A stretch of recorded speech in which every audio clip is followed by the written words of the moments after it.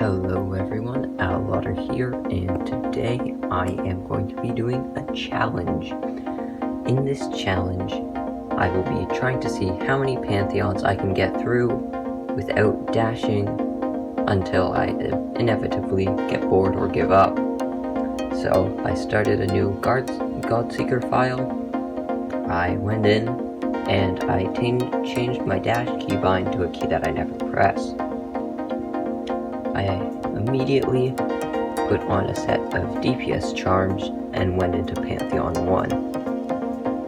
Now, once I got into Pantheon 1, I immediately could tell that this probably was not going to be easy, as I immediately fell off and took a damage.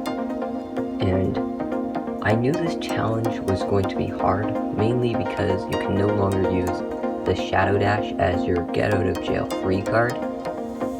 But what I hadn't thought of was the risks it allows you to take, as even without Shadow Dash, it kind of is a get out of jail free card that allows you to get away with more than you normally could, like jumping up off a platform to DPS something and you can just dash back, where in this challenge you have to be more conservative.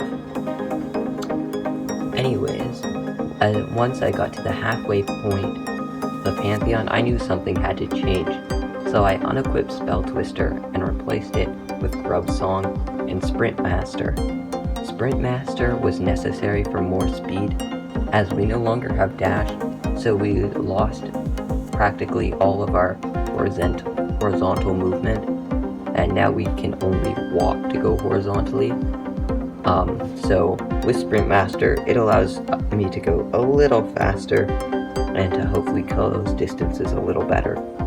Now the other charm was Grub Song, and since it's kind of inevitable that we're going to get hit as we don't have dash, so some damage is almost unavoidable, Grub Song just allows us to get back a little of what we lost when we get hit. Anyways, we got to Oro and Maddo pretty comfortably, but this is when it really started to show the difficulty of this challenge, because when Oro and Maddo jump and do their slash thing, you kind of need to dash away, and you can't. So this was a pretty hard battle, and left us at just 1 HP in the end. However, once we went into Pantheon 2, things were very different. Pantheon 2 was pretty much a breeze, and we got through it with no major problems. What really helps here is there are many more opportunities to heal. So basically, if we get 2 hits in, for every hit we take, that gets us enough soul to heal up, and because of the plentiful staggers, we can keep ourselves at comfortable HP. Then it was time for Pantheon 3, and this was the one I was worried about the most out of the first few, because Pantheon 3 has a big skill gap between 1 and 2. So if I could barely get through 1, I did not think I could get through 3. The same can kind of be said about Pantheon 4, but with Pantheon 4, Pure Vessel is the final boss as opposed to Sly, and normally Pure Vessel is a harder boss. But the problem is, my usual strategy for Sly is just to get in with basically full health, and then tank through his second phase.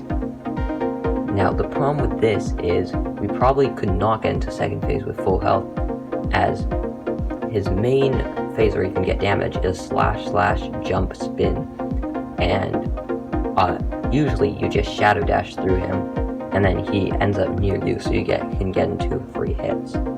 So anyways, Sly was not an easy boss, but in the end we got through phase 1 looking pretty healthy. And I decided to do something revolutionary in phase 2. I decided to try and fight him the intended way and not just completely tank him, although there was some of that. Anyways, that was the first 3 Pantheons in this challenge. I hope you enjoyed this video. Subscribe for episode 2, if I ever make it, I might just give up on Pantheon 4 and never make it, so yeah, subscribe and like anyways though. See ya.